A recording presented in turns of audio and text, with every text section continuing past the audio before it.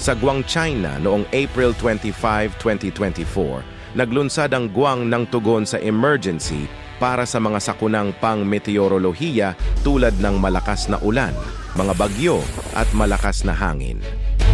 Umabot na sa pamantayan ng emergency response para sa mga sakunang pang-meteorolohiya ang Guang na may antas na 3 malakas na ulan at bagyo at malakas na hangin. Nagpasya ang punong himpilan ng emergency sa sakuna sa panahon sa lungsod na ilunsad ang Level 3 Emergency Response sa sakunang meteorolohiko ng Guang at Level 4 Hurricane Emergency Response mula noong April 24 hanggang April 26. Maraming residente ang nagdokumento ng pangyayari at nagbahagi ng mga video sa mga social network na nagpapakita ng laki ng natural na pangyayari. Ang mga video na ibinahagi sa social media ay nagpapakita ng malakas na ulan kasama ang malakas na hangin na tumama sa lugar sa gabi.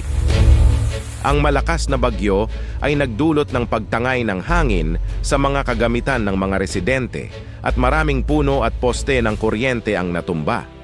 Nasira ng malubha ang bubong at bintana ng gusali at marami ring kotse na nakaparada ang nasira at nagkaroon din ng pagkawala sa supply ng kuryente. Ayon sa AI News Guangdong, ipinakita ng pagsubaybay sa panahon, meteorological at hydrological na mula April 11 hanggang April 25. 36 na bayan at kalye sa probinsya ang nakapagtala ng malakas na ulan na higit sa 100 millimeters at 328 na bayan at kalye ang nakapagtala ng 50 millimeters hanggang 100 millimeters na pagbugso ng ulan. Ayon sa website ng Central Meteorological Observatory, sa nakalipas na araw medyo magkakahiwalay ang distribusyon ng malakas na pag-ulan sa Jiang'an, South China at iba pang lugar.